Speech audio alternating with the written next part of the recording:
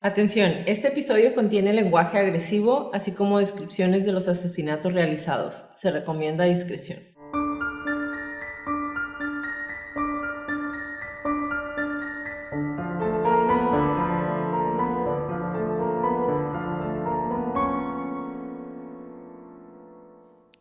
Hola a todos, bienvenidos a Crónicas de Crimen. Yo soy su host, Jacqueline López, y me acompaña, como de costumbre, Leti Mosqueda. Hi, Leti. Hi, Jackie. Queremos invitarlos a nuestras redes sociales, Facebook, Instagram, YouTube y a Patreon, a que nos pichen un café.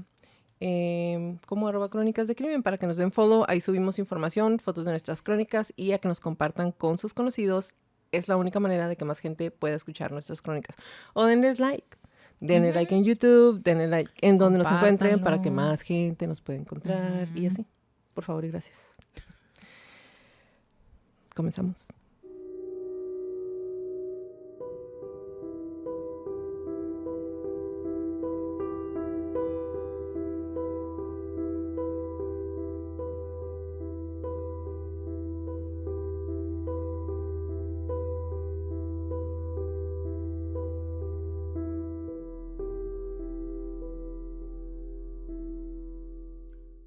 En 1993, el FBI se enfrentó a una oscura secta religiosa llamada Rama Davidiana en un asedio que duró, en un asedio o en un sitio de sitiar, que duró semanas y terminó en tragedia. Han pasado más de 30 años desde la masacre de Waco y Estados Unidos y el mundo todavía está tratando de desentrañar lo que sucedió. El 19 de abril de 1993, el gobierno federal de los Estados Unidos llevó de manera errónea un asedio o un sitio. Es que quiero encontrar otra palabra.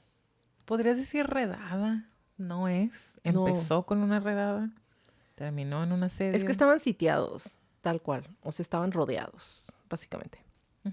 De manera errónea, a un complejo que estaba ocupado por David Koresh y su culto religioso, la Rama Davidiana.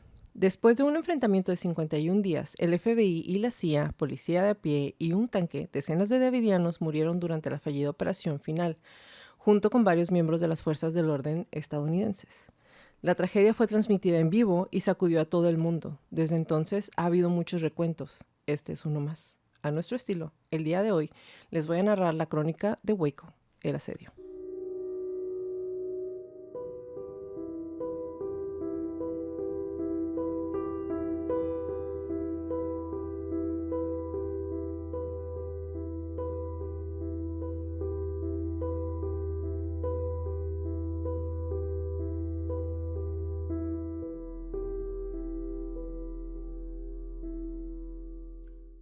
¿Qué te pareció toda esta locura? Una locura verdaderamente. O sea, sí, esta historia siempre se me ha hecho muy interesante. Sí, se te ha hecho muy interesante porque ¿cómo no? ¿Cuándo vamos a hacer Waco? ¿Vamos a hacer Waco? ¿Vamos a meter Waco en esta? Ya lo puedo poner en este. ¿Ya? ¿No? Aquí estamos. Es que está muy interesante porque son múltiples capas. Yo pienso la más interesante de todas es que es una secta religiosa. La otra capa es la intervención que tuvo la autoridad. Siempre se me ha hecho muy fascinante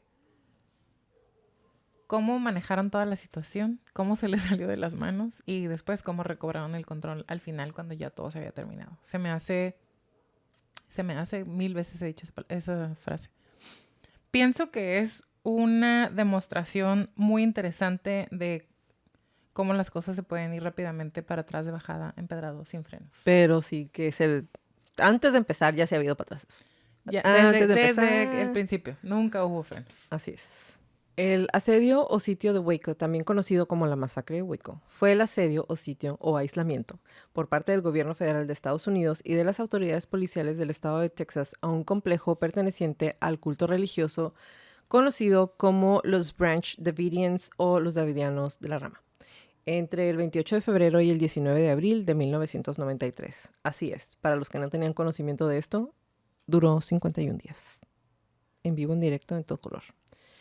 Los Branch Davidians, liderados por David Koresh, tenían su sede en el rancho Mount Carmel Center o Monte Caramelo, en el condado no incorporado de McLean, Texas, a 13 millas o 21 kilómetros al noreste de Waco. Sospechando que el grupo almacenaba armas ilegales, la Oficina de Alcohol, Tabaco y Armas de Fuego en Estados Unidos, o la ATF, obtuvo una orden de allanamiento para el complejo y órdenes de arresto para Koresh y varios de los miembros del grupo. Durante 51 días, los agentes federales acamparon fuera del complejo, paralizados por su propia ineptitud, mientras en este notorio mentiroso y estafador se le permitía transmitir su mensaje incoherente al mundo. Me refiero al David Koresh.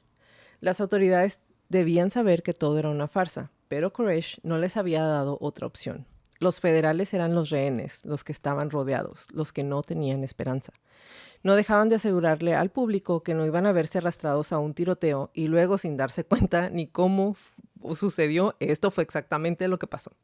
Lo que sucedió en Monte Caramelo o Mount Carmel no fue un suicidio, fue una guerra santa. Así lo dijo mucha gente. Tal como Koresh había profetizado, todo se fue al carajo. Para muchas personas, Waco es la historia escabrosa sobre una secta y una historia que se ha prestado a décadas de cobertura mediática sensacionalista y recientemente a una miniserie de televisión. Hay una miniserie y está el documental. Como siempre, yo les recomiendo que vean el documental. Yo vi el documental en Netflix. Patrocínanos. Entonces, es la historia de un líder de secta maníaco y con mentalidad apocalíptica. Si quieren quitar la palabra maníaco, está bien, pero apocalíptico sí era. Más adelante les voy a explicar. David Koresh, cuya terquedad delirante llevó a la muerte de 76 personas. La cobertura mediática del 93 de la masacre de Waco, que mostraba a Koresh como un genio obstinado que ejercía poder sobre sus compañeros davidianos a través del control mental, se ha convertido ahora en la historia que define el acoso, asedio o sitio. En mayo de 1992, la ATF inició, la ATF o ATF es la Agencia de Armas y Tabaco en Estados Unidos, y voy a decir ATF de aquí en adelante. Inició una extensa investigación sobre David Koresh, alias Vernon Wine, y los Branch Davidians, un grupo de culto que residía en una gran propiedad rural cerca de Waco, Texas. La investigación de la ATF se centró en la participación de Koresh y los Davidians en la fabricación y posesión ilegal de ametralladoras y la fabricación y posesión ilegal de dispositivos destructivos, incluidas bombas y granadas. Estas armas, por más que sean como muy open mind, los estadounidenses, son de uso exclusivo para el ejército o el gobierno. Nadie más puede utilizar esas armas. Las venden por separado, pero nadie más las puede utilizar. Pero no las puedes armar, ¿no? Entonces, la investigación de la ATF mostró que el grupo adquirió 136 armas de fuego, incluidos rifles de asalto y pistolas, más de 700 cargadores para esas armas de fuego, más de 200,000 rondas de munición, 110 receptores superiores e inferiores para rifles AR-15 M16, o sea, calibre 50, cuerno de chivo, como le quieran llamar, accesorios de lanzagranadas para los AR-15, más de 400 granadas de rifle M31 vacías, junto con pólvora negra y otros productos químicos explosivos, obviamente para rellenarlas. La investigación incluyó entrevistas con exmiembros del culto, inspección y entrevistas de un comerciante de armas de fuego federal, revisión de la documentación que mostraba la compra de grandes cantidades de rifle AR-15, municiones y granadas inertes que pueden convertirse en granadas activas con los componentes que ellos estaban comprando, y registros de transportistas interestatales.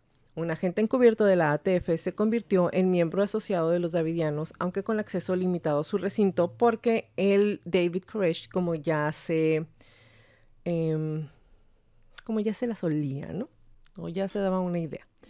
Entonces, se reunieron pruebas suficientes para permitir la emisión de órdenes federales de arresto y registro en febrero del 93 para arrestar a Koresh y registrar el recinto, que era teóricamente lo que iban a hacer.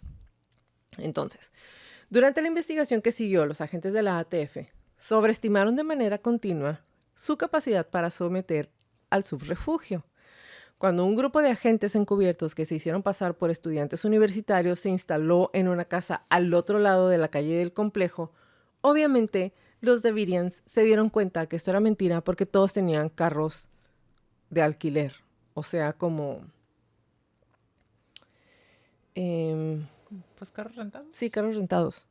Los agentes organizaron una fiesta para desviar sospechas, pero tuvo el efecto contrario. Algunos de los davidianos se presentaron, se mezclaron y le informaron a Koresh que eran agentes federales con toda seguridad. Esto lo escribe Jeff Ginn en el libro Waco, David Koresh, los davidianos y un legado de ira. Otro agente, Robert Rodríguez, se hizo pasar por un posible seguidor para obtener acceso al grupo. Koresh lo identificó rápidamente como un federal, pero siguió invitándolo a estudiar la Biblia de todos modos. Después de todo, como recordó a sus seguidores, Jesús había predicado a un centurión romano. El día antes de la redada del domingo por la mañana, los funcionarios del Departamento del Tesoro en Washington intentaron cancelarla, preocupados porque dependiera de una fuerza innecesaria. ¿Por qué no podrían arrestar a Koresh cuando estaba fuera del complejo? Es decir, para que entrara la fuerza a su lugar que ellos dominaban. Pero también dijeron, no, pues ya pusimos el plan en marcha, ¿para qué nos detenemos? Y el Departamento del Tesoro les habló y les dijo, es innecesario, deténlo cuando esté afuera. Bueno, el problema fue que se aproximaba una audiencia presupuestaria en el Congreso, entonces necesitaban una operación llamativa y exitosa ahí en Texas. Y dijo, pues vamos a darle, total, que puede salir mal. Así que aunque en su cabeza y corazón sabían que probablemente esta misión fallaría, ya no se quisieron detener y con más miedo que razón se lanzaron. Un agente de la ATF estaba tan seguro de que la misión terminaría en tan pocas horas que reservó una hora de golf en Houston para el domingo por la tarde. Obviamente nunca llegó. En la mañana del 28 de febrero del 93, Rodríguez, todavía aparentemente encubierto, escuchó cómo Koresh era avisado de que una redada era inminente. Rodríguez se apresuró a informar a la noticia a sus superiores, seguro de que abortarían la misión, ya que los planes dependían de mantener el elemento sorpresa. Y como ya no había elemento sorpresa, pues tenían que cancelar la misión. ¿Cómo les avisaron? Muy fácil y muy tonto. Resulta que unos reporteros le preguntaron a un repartidor de correo que en dónde estaba Mount Carmel. Él les preguntó que por qué. Y ellos le dijeron que habían escuchado que la policía iba a hacer una redada. Y pues como era de esperarse, si los Davidians estaban llevando a cabo negocios ilegales, iba a ser más que obvio que tenían informantes que los ayudaran a saber cómo estaban pasando las cosas en el pueblo. Bueno, uno de estos infiltrados era la persona que trabajaba en el post office o en el correo. Y en cuanto le dijeron, él les dijo dónde estaba Mount Carmel y se fue derechito para allá a decirles que iba a haber una redada y que era inminente que iba a llegar la policía. Entonces, todos pensaban, como ya les mencioné, que todo se iba a cancelar porque ya no había elemento sorpresa. En cambio, la redada prosiguió desastrosamente. Los agentes invadieron el complejo y se encontraron con un intenso tiroteo, es decir, los esperaron con armas porque se metieron en su terreno.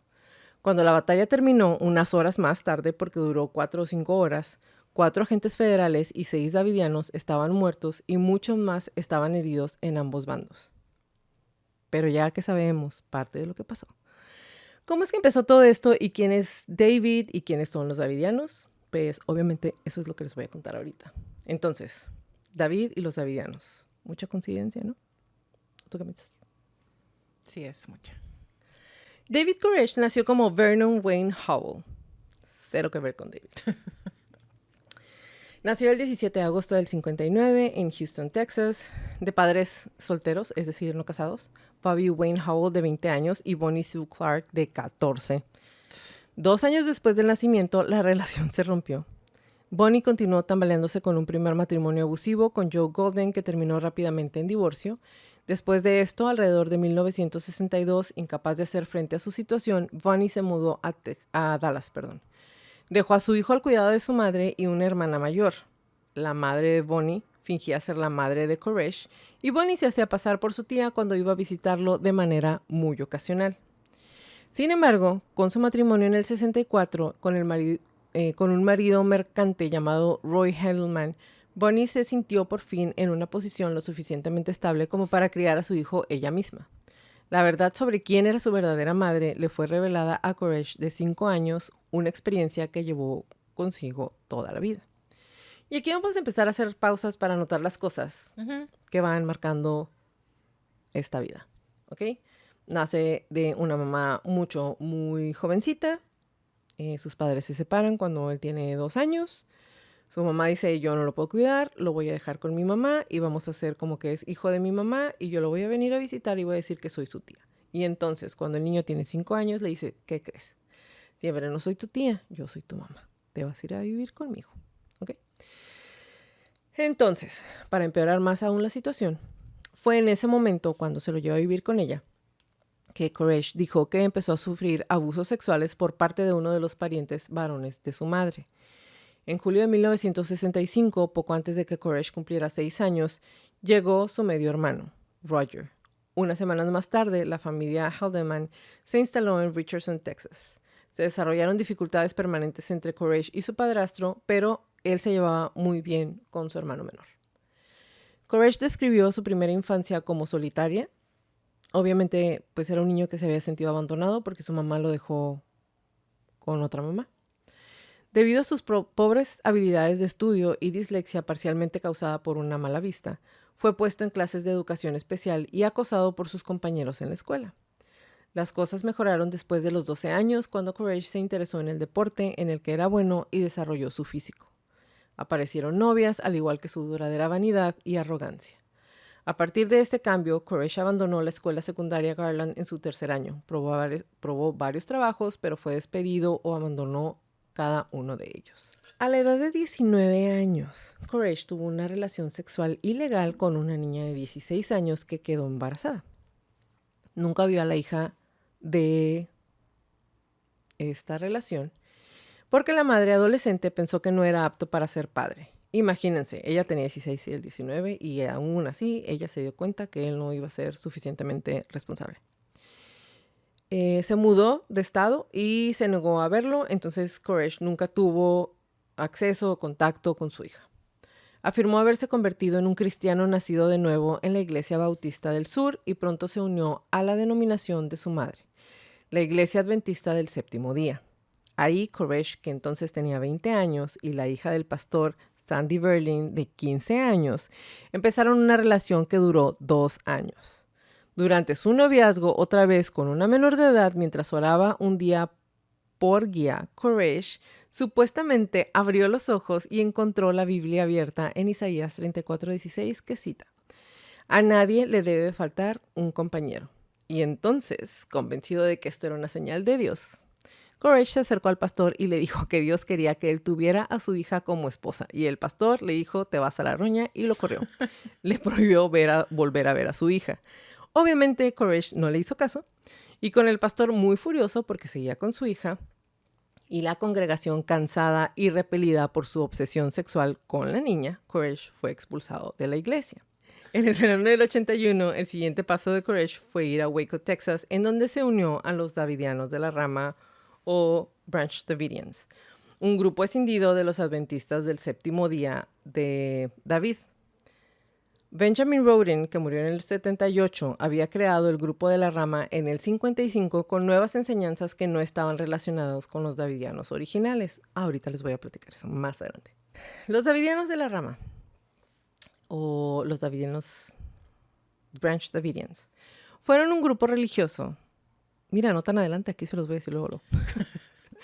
Fueron un grupo religioso que se originó en el 55 a partir de un cisma en la vara del pastor, que se llamaban los Davidianos. Tras la muerte del fundador de la vara del pastor, Victor Houteff, Houteff fundó a los Davidianos basándose en su profecía de un apocalipsis inminente que involucraba a la segunda venida de Jesucristo y la derrota de los ejércitos malvados de Babilonia. En eso estaba fundada esta religión, no religión o secta. Subgrupo religioso. Es que ellos decían que por qué no podía ser una religión. Eso lo vamos a discutir más adelante. Y yo... Lo sé, Fernanda. Ya sé. Entonces, pues iba a haber todo un apocalipsis, ¿no? A medida que el grupo davidiano original ganaba miembros, su liderazgo trasladó a la iglesia a la cima de una colina. Wow. A varias millas en el este de Waco, a la que llamaron Mont Carmel, o Monte Carmelo, no Caramelo, Carmel, en honor a una montaña en Israel mencionada en Josué 19:26 en el Antiguo Testamento de la Biblia. Estoy diciendo los números que vienen, ¿ok? Si no es correcto y tengo a alguien aquí que le encanta leer la Biblia, lo siento mucho. Unos años más tarde se mudaron nuevamente a un sitio mucho más grande al este de la ciudad. En 1959, la viuda de Victor, Florence Houteff, anunció que el esperado Armagedón estaba a punto de suceder y les dijo a los miembros que se reunieran en el centro para esperar este evento. Muchos de ellos construyeron casas, otros se quedaron en tiendas de campaña, camiones o autobuses y la mayoría vendió todas sus posesiones. Tras el fracaso de esta profecía, porque pues no, se acabó el mundo, el control del sitio Mount Carmel Center recayó en Benjamin Roden, fundador del Branch Davidian Seventh-day Adventist Association, o la rama davidiana de la Avenida del Séptimo Día. Asociación de. Él promovía creencias doctrinales diferentes a las de la organización original de los Davidianos Adventistas del Séptimo Día de Victor Houteff. A la muerte de Roden, el control de los Branch Davidians recayó en su esposa, Lois Roden, y pues la carne es débil. Lois consideró que su hijo George Roden no era apto para asumir el puesto de profeta. En cambio, preparó a Vernon Wayne Howell para que fuera su sucesor. Ahorita les voy a decir por qué. Bueno, ya les dije, porque la carne es débil. En 1984, una reunión condujo a una división del grupo con Howell liderando una facción que se autodenominaba Branch Davidians y George Roden, liderando la facción rival. Después de esta división, George Roden expulsó a Howell y sus seguidores de Mount Carmel a punta de pistola, y Howell, o sea, el David Koresh, y su grupo se trasladaron a Palestine, Texas.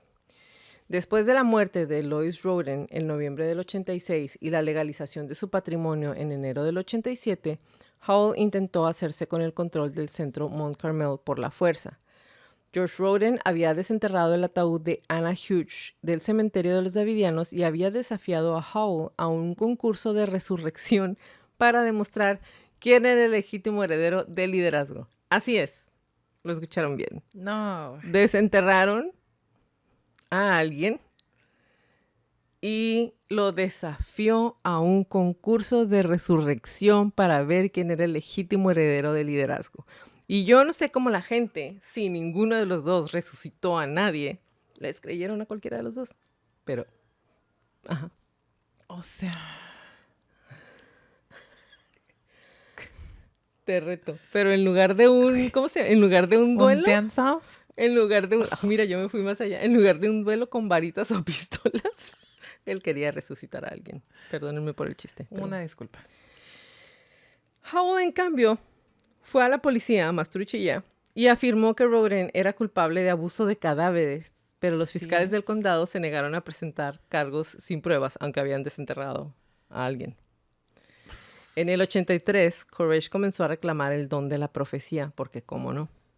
David Thibodeau, en su libro del 99, A Place Called Waco, o Un lugar llamado Waco, especuló que tuvo una relación sexual con Lois Roden, la viuda de Benjamin Roden, o sea, la señorcita que se fue con él y abandonó a su hijo.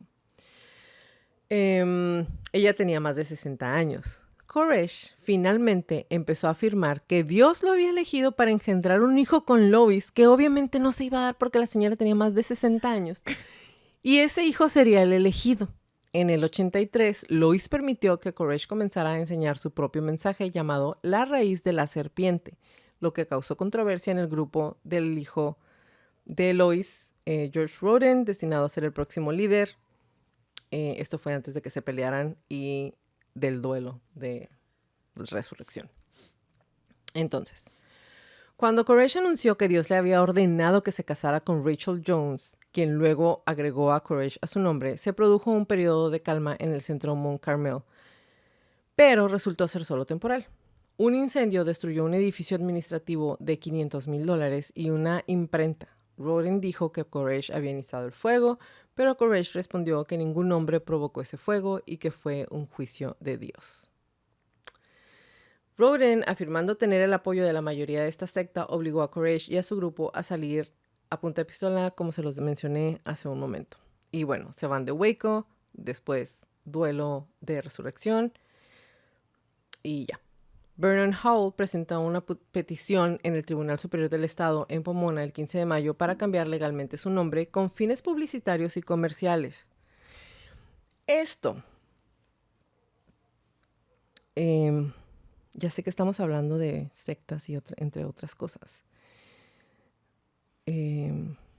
pero la gente que ya ahorita, porque déjenme decirles que todavía hay davidianos. Todavía hay davidianos en la rama. Y todavía creen fervientemente en el David Koresh. Si alguien se cambia su nombre con fines publicitarios y comerciales, ¿no te dice algo?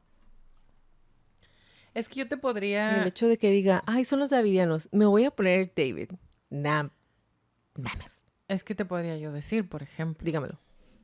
¿Qué tal si yo voy y te digo, es que Diosito me dijo que me cambiara el nombre? Pues sí, pero... Porque soy el líder.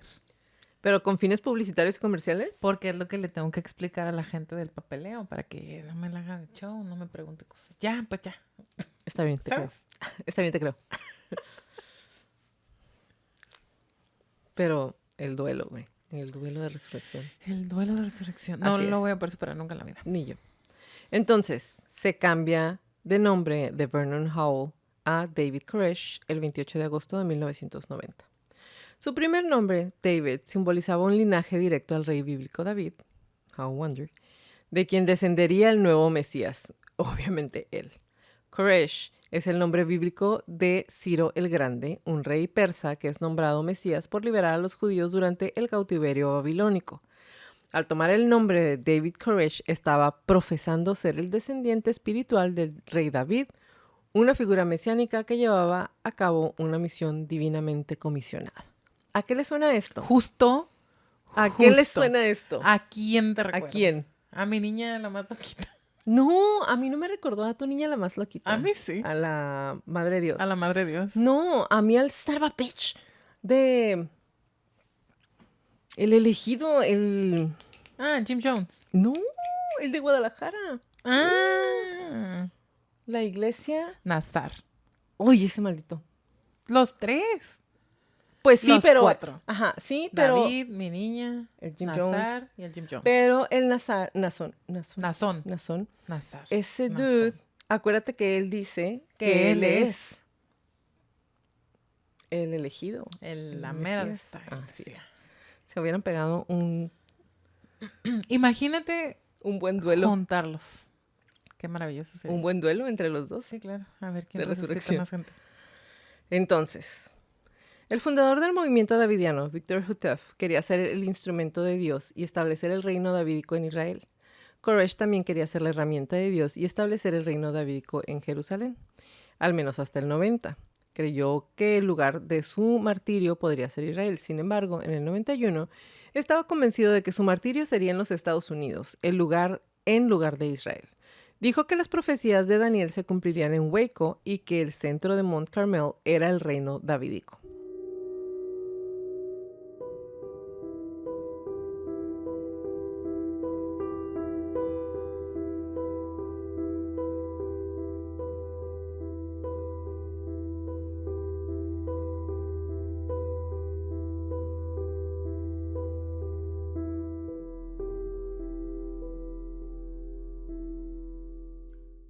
Y quisiera que hagamos un brevario aquí, un brevario cultural. Dígalo. Hasta aquí. Hasta este momento de la historia. What the fuck con la gente. ¿Con el David? Con David y la gente a su alrededor. O sea... No, deja tú nada más con el David. Todos los anteriores. Todos. Los que hicieron... Desde la señora que dijo mañana se acaba este... Pero porque nada. su marido decía que antes. O sea, el marido antes que ella. Sí, claro. A mí, a la primera que algo ya no me cuadra, hasta luego. ¿Sabes? Pero obviamente les cuadraba. ¿Pero cómo? No lo sé, chica. Está impresionante. A mí Sí. por eso, a mí, a ti, a ustedes, nos fascina tanto una secta o un culto religioso. Porque es una confianza ciega, incondicional, ferviente, apasionada es maravilloso ver ese display de padecimientos mentales, yo pienso. ¿Pero de todos? ¿Es como Pues colectivo? De la mayoría. ¿Es como colectivo? Sí, claro. Y ya lo hemos visto, no en este podcast, pero lo fuimos a ver con dificultades técnicas cuando hicimos lo de las sectas. Ajá. ¿Qué colección tan perfecta de necesidades y de faltas afectivas de un grupo de personas para que todos al mismo tiempo caminen hacia allá? Así es. O sea, en una empresa. Oferta y demanda. Oferta y Sí. demanda. A ti te hace falta fe. Mira, yo tengo a que le tengas fe. ¿Sabes? Y a lo mejor les va a parecer un ejemplo muy estúpido. En una empresa, qué difícil es que la gente jale parejo. Pero en una secta, todo se Necesito uno de esos junta. líderes. Todo se junta. Mi proceso de reclutamiento está mal. Sí, todo se junta maravillosamente. O sea, Sí, claro. es muy guau. Me encanta. Sí. Fin del brevario. Después de ser exiliados al campo de Palestina, Palestina en Estados Unidos, Koresh y sus seguidores se las arreglaron para llevar una existencia primitiva. Cuando Lois murió en el 86, los davidianos exiliados se preguntaban si alguna vez podrían regresar al centro Mount Carmel, pero a pesar del desplazamiento, Koresh ahora disfrutaba de la lealtad de la mayoría de la comunidad de davidianos. En el 87, Roden exhumó al menos un cuerpo y luego lo retó como Pokémon y es cuando se los llevan. Koresh aprovechó la oportunidad para buscar un procesamiento penal de Roden al regresar al centro de Mount Carmel con 7 seguidores armados, supuestamente intentando obtener una prueba fotográfica de la exhumación. El grupo de Koresh fue descubierto por Roden y se desató un tiroteo. Cuando llegó el sheriff, Roden ya había sufrido una herida de bala leve y estaba inmovilizado detrás de un árbol. Como resultado del incidente, Koresh y sus seguidores fueron acusados de intento de asesinato, obviamente. En el juicio, Koresh explicó que fue al centro Mount Carmel para descubrir pruebas de alteración criminal de un cadáver por parte de Roden. Los seguidores de Koresh fueron absueltos y en el caso de Koresh se declaró un juicio nulo. Háganme el fucking favor. En el 89, Roden asesinó a Wyman Dale Adair con un hachazo en el cráneo después de que Adair declarara su cercanía del que él mismo era el verdadero Mesías. O sea, ahí, por delirios mesiánicos, no paraban, ¿eh? Roden asesinó a Wyman Dale Adair con un hachazo en el cráneo después de que Adair declaró que él mismo era el verdadero Mesías y dijo, no, not in my house, y Not órale. today, Satan dijo. Roden afirmó que el hombre fue enviado por Koresh para matarlo. Fue juzgado como loco y confinado en un hospital psiquiátrico en Big Spring, Texas. Como Roden debía miles de dólares en impuestos no pagados sobre el centro de Mount Carmel, Koresh y sus seguidores pudieron reunir el dinero y reclamar la propiedad. Me encanta. Roden continuó acosando a la facción de Koresh presentando documentos legales mientras estaba en prisión. Cuando Koresh y sus seguidores recuperaron el centro de Mount Carmel, descubrieron que los inquilinos que habían alquilado a Roden habían dejado atrás un laboratorio de metanfetamina que Koresh informó al departamento de policía local y pidió que se retirara. Y entonces se le alinearon las estrellas y se quedó con Mount Carmel. Koresh estaba enamorado de la cantante estadounidense Madonna y dijo que Dios le había afirmado que le iba a dar a Madonna. For what? Te daré a Madonna. Pues porque estaba enamorado. Y Dios le dijo, está bien, yo te la daré. ¿Tenla? Sí. Tenga. Sí, para usted. ¿Y luego? Brevario cultural, pues no se la dio. Pues obvio, pero... Pues no lo sé, chica, nomás quería decirles que él dijo que Dios le había dicho que le iba a dar a Madonna. Entonces, se alega que Koresh estuvo involucrado en múltiples incidentes de abuso físico. Ahorita voy a regresar a Waco, no crean que se me olvidó. A múltiples incidentes de abuso físico y sexual de niños. Su doctrina de la casa de David condujo a matrimonios con mujeres casadas y solteras en la rama davidiana. Esta doctrina se basaba en una supuesta revelación que involucraba producción de 24 niños por parte de mujeres elegidas en la comunidad. Es decir, Dios me dijo que necesitamos tener a 24 niños por parte de mujeres elegidas de la comunidad. Obviamente todos los niños eran de él. Sí. Okay. Estos 24 niños debían servir como los 24 ancianos gobernantes durante el milenio después del regreso de Cristo. Entre las mujeres que supuestamente fueron elegidas a través de esta doctrina se encontraba al menos una niña menor de edad, Michelle Jones, que era la hermana menor de la esposa legal de Koresh, o sea, su cuñada, Rachel, e hija de Perry y Marie Bell Jones, dos davidianos de toda la vida, entre las mujeres que iban a tener a esos 24 niños, ¿ok? Una investigación de 6 meses sobre las acusaciones de abuso sexual realizadas por los servicios de protección infantil en Texas en el 92 no logró encontrar ninguna prueba de que Koresh estaba abusando, posiblemente porque los davidianos ocultaron el matrimonio espiritual de Koresh con Michelle, asignando un marido sustituto, David Thibodeau, a la niña para mantener las apariencias. Además, era matrimonio espiritual. How? O sea, ¿en qué planeta? No, es que no es David, es otro. Ah, ok. ¿En qué planeta? Sigue siendo menor de edad. Ajá. Uh-huh. En el planeta de los davidianos, en el planeta de Waco, fucking Texas. En cuanto a las acusaciones de abuso físico, la evidencia es menos segura. En un incidente ampliamente reportado, los exmiembros afirmaron que Koresh se irritó con los gritos de su hijo Cyrus y azotó al niño severamente durante varios minutos en 3 visitas consecutivas al dormitorio del niño. En un segundo informe, un hombre involucrado en una batalla por la custodia visitó el centro Mount Carmel y afirmó haber visto la paliza a un niño con un palo, literalmente. Finalmente, la justificación del FBI para obligar a poner fin al enfrentamiento de 51 días se basó en la acusación de que Koresh estaba abusando de los niños del centro de Mount Carmel. Eso fue al final cuando ya de plano se desarmó todo el desmadrito. ¿Okay? Se habían hecho acusaciones de que había tenido hijos con niñas menores de edad en la rama davidiana, como ya se los comenté, y en las horas que siguieron a la conflagración mortal o a todo el... Es que no sé si decirles... No sé si llamarlo suicidio colectivo. ¿Tú crees que es un suicidio colectivo? No. Pero si no se quisieron salir, entonces, ¿qué es? Es que síguenos contando. Bueno. Y ahorita lo vamos a... En las horas que siguieron a todo esto que pasó, la fiscal general Janet Reno dijo a los periodistas: teníamos información específica de que se estaba golpeando a bebés. Sin embargo, el director del FBI, William Sessions, negó públicamente la acusación y dijo a los periodistas que no tenían tal información sobre el abuso infantil dentro del centro Mount Carmel.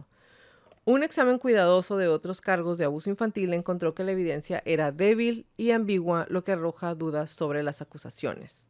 ¿Por qué? Cuando el FBI dice, vamos a entrar con todo. Ahorita les voy a platicar qué fue lo que pasó. Vamos a entrar con todo, vamos a aventarles gas. Todo el mundo fue de que, güey, pero le acabas de decir que van a tomarse unas cervezas y van a platicar sobre cuándo va a dejar salir más gente, porque ya estaban soltando niños. Ahorita me voy a regresar a eso. Sí, pero no, mejor vamos a gasearlos. Y dos, pero no, o sea, no, hay niños y ellos pensaron, pues es que es muy fácil, cuando vean que se está haciendo todo esto, se van a salir corriendo porque les va a dar miedo. Pues no, mísela. ¿En qué momento eso ha funcionado? Exactamente. Además de las acusaciones de abuso sexual y mala conducta, Koresh y sus seguidores eran sospechosos de almacenar armas ilegales, como ya les comenté. En mayo del 92, el jefe adjunto Daniel Wegenberg del departamento del sheriff del condado de McLean llamó a la oficina de alcohol y tabaco y armas de fuego, o sea la ATF, para notificarles que su oficina había sido contactada por un representante local de UPS. Preocupado, para los que no saben, UPS es una... Servicio de paquetería. Empresa de servicio de paquetería. Preocupado por un informe del conductor local, el conductor de UPS dijo que un paquete se había abierto al ser entregado a la residencia del Branch Davidian, revelando al menos media docena de granadas.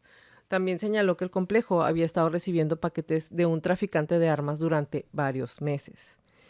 El 9 de junio, la ATF abrió una investigación formal y una semana después fue clasificada como sensible, requiriendo así un alto grado de supervisión, tanto de Houston como de la sede. El documental Inside of Waco afirma que la investigación empezó cuando en 1992 la ATF se preocupó por los informes de disparos de armas automáticas provenientes del complejo Carmel. Y esto fue porque vecinos del complejo hablaron a la policía y dijeron, era un señorcito ya mayor, y le dijo, se escucharon balazos. No son de armas semiautomáticas. Se escuchan como armas automáticas, de las que son de uso, otra vez, exclusivo del gobierno o del gobierno. Entonces la policía empezó como que a entrar un poquito en pánico. Pero bueno, el día que ya iban a llegar a al primer día de la redada, el sheriff Harwell dijo a los periodistas sobre la conversación de las fuerzas del orden con Koresh: simplemente salgan y hablen con ellos. ¿Qué hay de malo en notificarles? La ATF empezó a vigilar desde una casa al otro lado de la calle del complejo varios meses antes del asedio.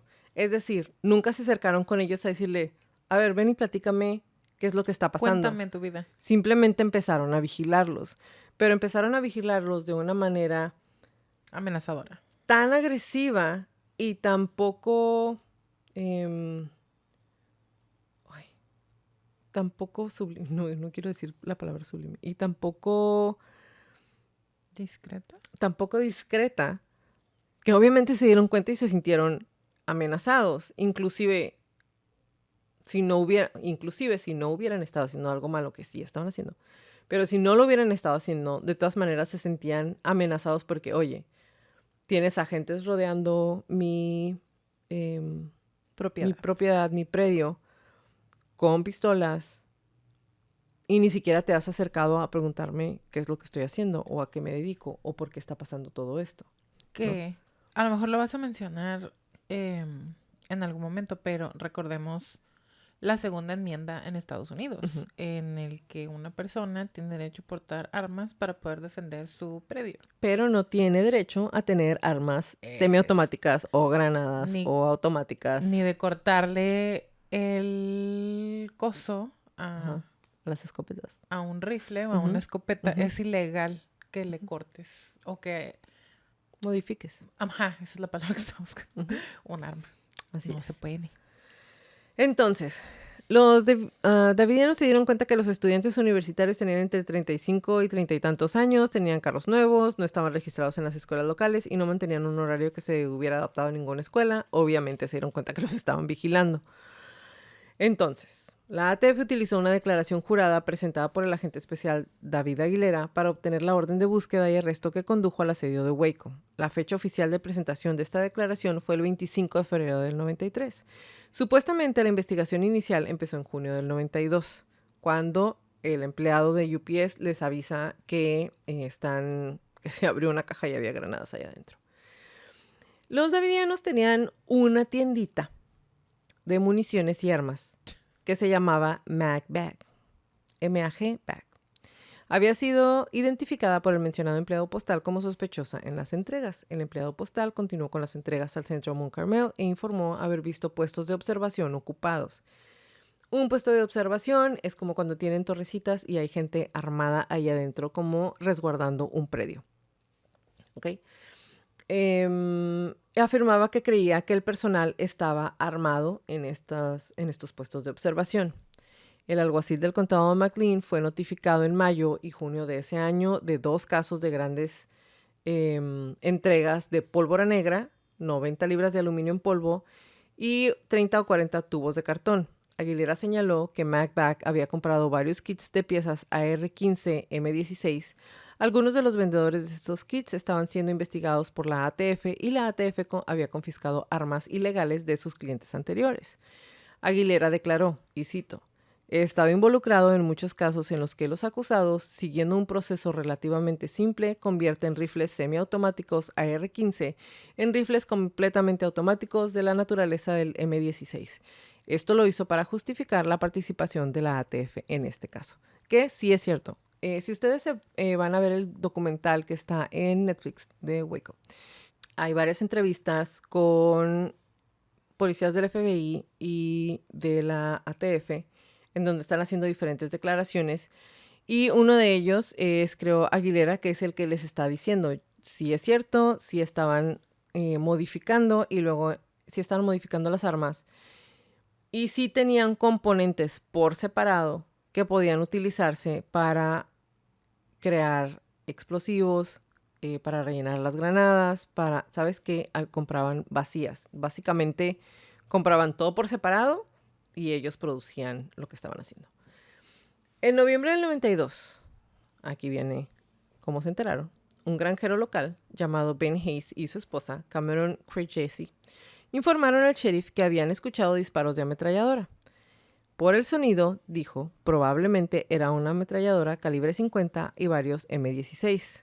Este granjero afirmó que estaba muy familiarizado con las ametralladoras, ya que había estado en el extranjero en el ejército de los Estados Unidos. Justo te iba a preguntar, ¿qué experto? Bueno, pues sí. Yo ni siquiera te podría distinguir si fue ametralladora o un arma corta. De escuchar los disparos. Yo pienso a lo que lejos. si los escucharas, sí te A ibas lo ver. lejos, no.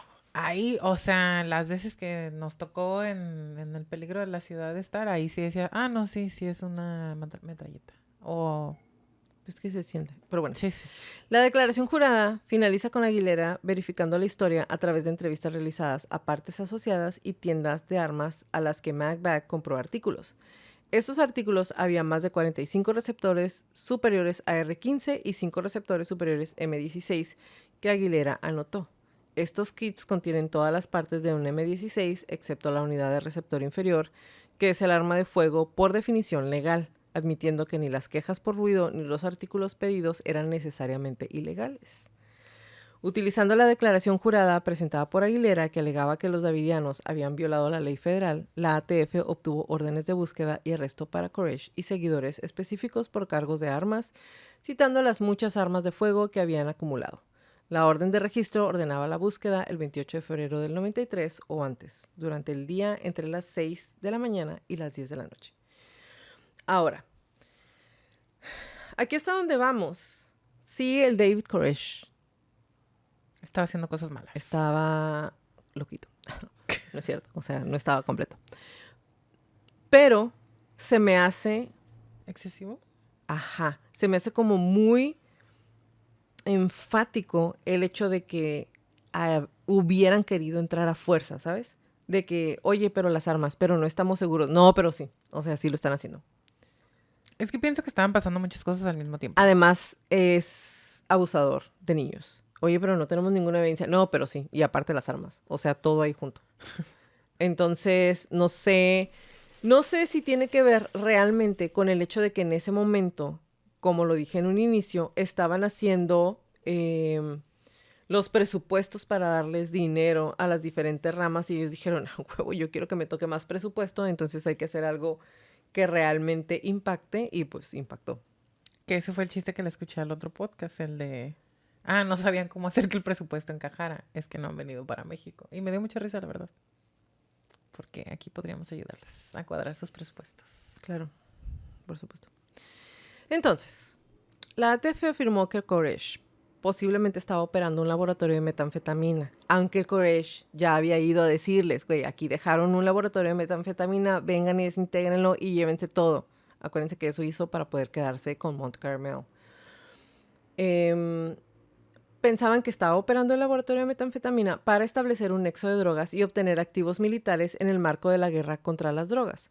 Aunque la investigación de la ATF se centró en violaciones de armas de fuego, no en drogas ilegales, la ATF solicitó asistencia de la Administración de Control de Drogas, o sea, la DEA, y el Departamento de Defensa de los Estados Unidos, o sea, DOD, citando una conexión de drogas basada en, número 1, una entrega reciente al complejo de productos químicos, instrumentos y cristalería. 2. Un testimonio escrito de un exresidente del complejo alegando que Howell le había, o sea, el David, le había dicho que el testimonio que el tráfico de drogas era una forma deseable de recaudar dinero. 3. Varios residentes actuales que habían tenido una relación previa con drogas. 4. 2 exresidentes que fueron encarcelados por delitos de tráfico de drogas. 5. Imágenes térmicas de sobrevuelos de Guardia Nacional que mostraban un punto caliente dentro del complejo, posiblemente indicando un laboratorio de metanfetamina.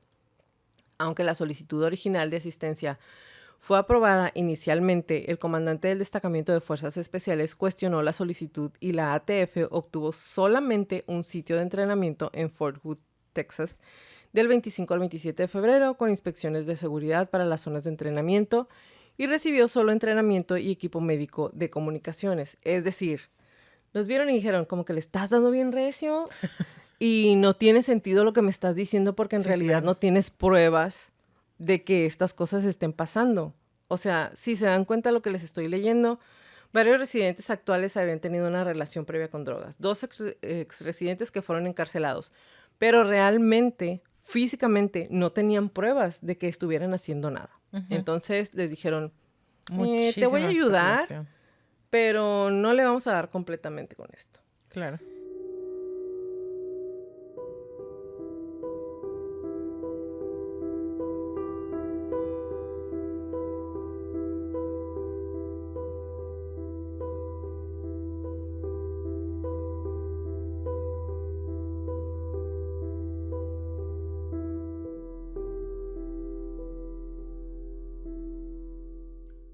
Hasta aquí nos vamos a quedar por el día de hoy. ¿Qué les parece? Me está encantando toda la información extra.